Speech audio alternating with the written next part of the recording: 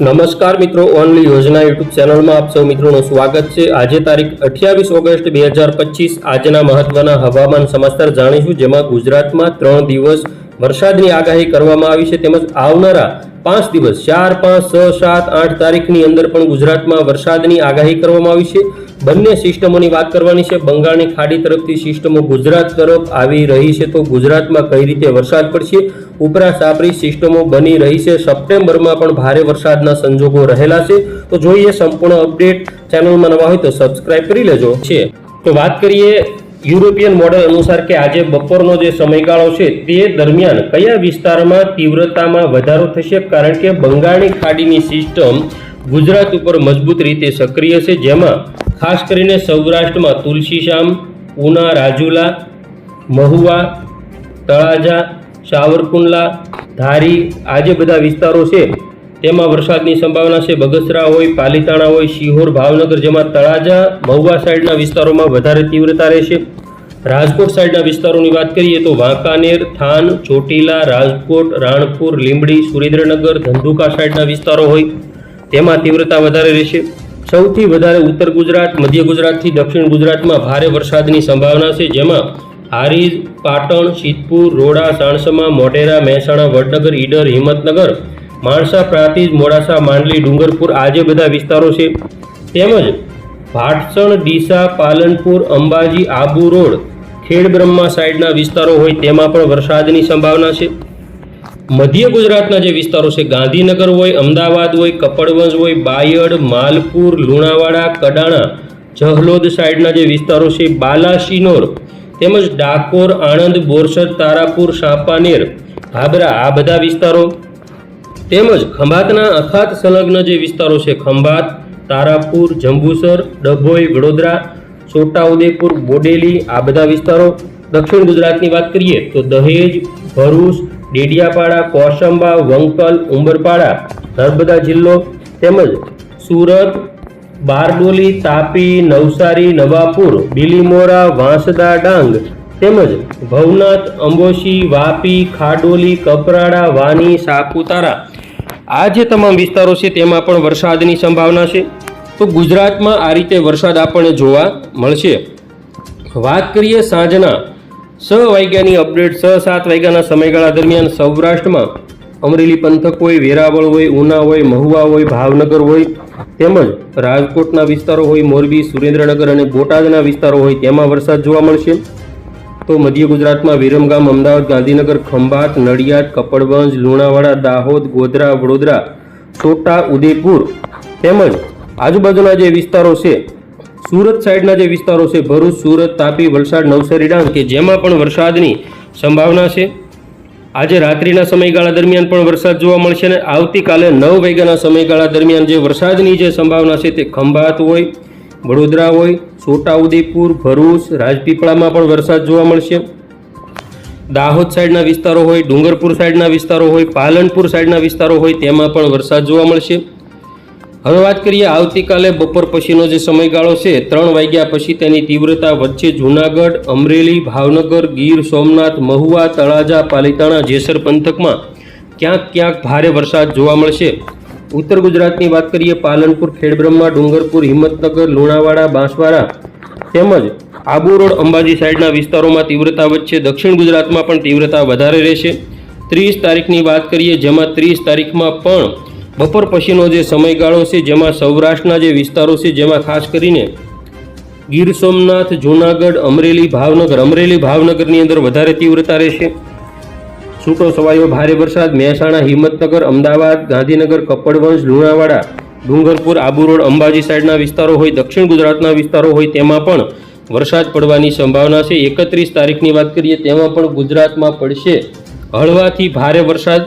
1 તારીખની વાત કરીએ તેમાં પણ કેટલાક વિસ્તારોમાં સામાન્ય હળવો વરસાદ રહેશે। 1, 2 તારીખ અને 3 તારીખમાં વરસાદની તીવ્રતામાં ઘટાડો થશે। 3 તારીખથી 4 તારીખના ગાળાની અંદર તીવ્રતા વધી શકે છે, જેમાં 4 તારીખની વાત કરીએ તો સૌરાષ્ટ્રમાં જૂનાગઢ, અમરેલી, ગીર સોમનાથ, ભાવનગર, દક્ષિણ ગુજરાતમાં ભરૂચ, સુરત, વલસાડ, નવસારી, ડાંગ, તાપી, તેમજ દાહોદ, વડોદરા, છોટાઉદેપુર, બનાસકાંઠા, સાબરકાંઠા, અરવલ્લી સાઈડના વિસ્તારો હોય તેમાં વરસાદની તીવ્રતામાં વધારો થશે।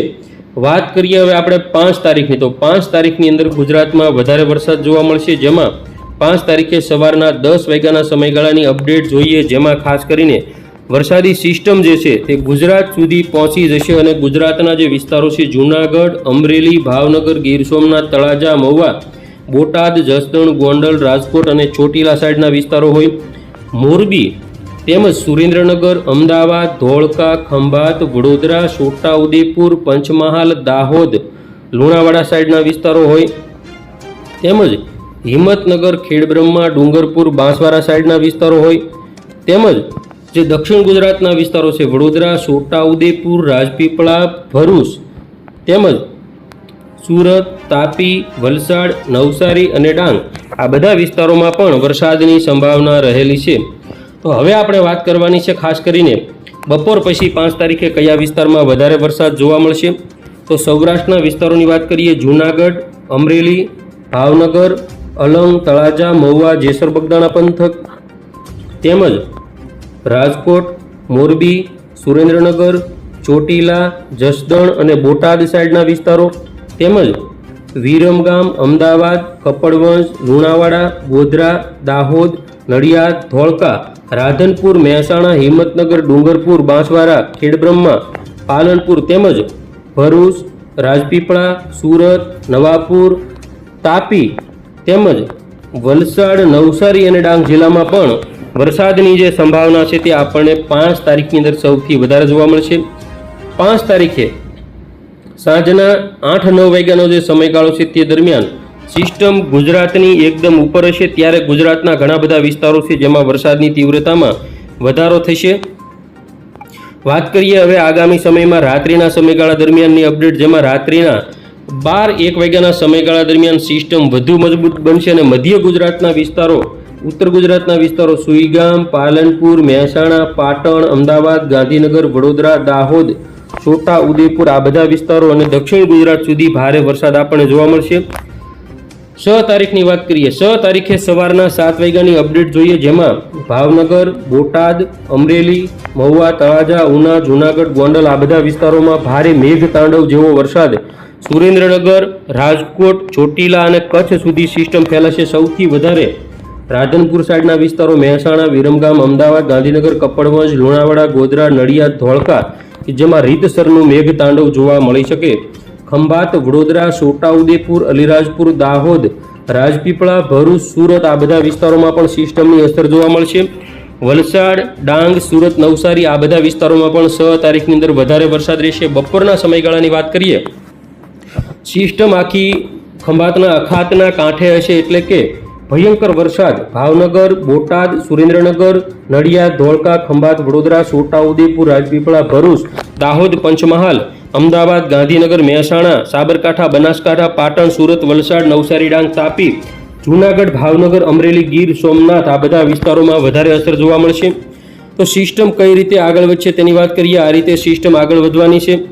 આગામી સમયની અંદર 6 તારીખે બપોર પછીના સમયગાળામાં પણ સિસ્ટમની અસર સમગ્ર ગુજરાતમાં જોવા મળશે અને રાત્રિનો જે સમયગાળો છે તેની વાત કરીએ તો 5, 6, 7 તારીખમાં કચ્છમાં પણ વરસાદ જોવા મળશે. સમગ્ર કચ્છના જે વિસ્તારો છે જેની આપણે વાત કરીએ તો કચ્છના વિસ્તારોમાં પણ વરસાદ જોવા મળશે, જેમાં લખપત, ખાવડા, રાપર, ભુજ, માંડવી, ગાંધીધામ, નલિયા સહિતના વિસ્તારો હોય. ખંભાતના અખાતથી સિસ્ટમ 7 તારીખમાં આગળ વધી ક્યાં જશે તેની વાત કરીએ તો સુરેન્દ્રનગર સાઈડના વિસ્તારો હોય, ભાવનગર સાઈડના વિસ્તારો હોય, તેમાં ગાંધીનગર, અમદાવાદ, મોરબી, સુરેન્દ્રનગર, ભાવનગર, વડોદરા આ બધા વિસ્તારોમાં વધારે અસર જોવા મળશે. 7 તારીખે બપોર પછીનો જે સમયગાળો છે તેમાં પણ સિસ્ટમની અસર આપણને જોવા મળશે. આ રીતે સિસ્ટમ ગુજરાત ઉપર સક્રિય છે. આગામી સમયમાં 7 તારીખે બપોર પછી મોરબી, સુરેન્દ્રનગર, રાજકોટ, જામનગર અને કચ્છ સુધી સિસ્ટમ ફેલાશે. 8 તારીખની અંદર વહેલી સવારે 3 થી 4 વાગ્યાના સમયગાળામાં લખપત, રાપર, ગાંધીધામ, ભુજ, માંડવી, નલિયા, લખપત સહિતના જે વિસ્તારો છે, જામનગર, મોરબી સાઈડના વિસ્તારો છે તેમાં સૌથી વધારે અસર જોવા મળશે અને 8-9 વાગ્યા સુધીની અપડેટ જોઈએ તેમાં જામનગર, દેવભૂમિ, દ્વારકા પ્રભાવિત થઈ શકે, જેમાં બપોર પછીના સમયગાળામાં દ્વારકા, ઓખા, ભાટિયા, ખંભાળિયા, જામનગર, ધ્રોલ, સાવડી, વાંકાનેર આ બધા વિસ્તારો અને કચ્છના વિસ્તારોમાં અતિ ભયંકર વરસાદ જોવા મળી શકે. એકાદ બે દિવસ આગું પાછું થઈ શકે, પરંતુ આવનારી સિસ્ટમ સૌરાષ્ટ્ર, કચ્છ અને દેવભૂમિ દ્વારકા, જામનગર, મોરબી સહિતના વિસ્તારોને અસર કરી શકે. પોરબંદર સુધી તે સિસ્ટમનો ટ્રફ લંબાઈ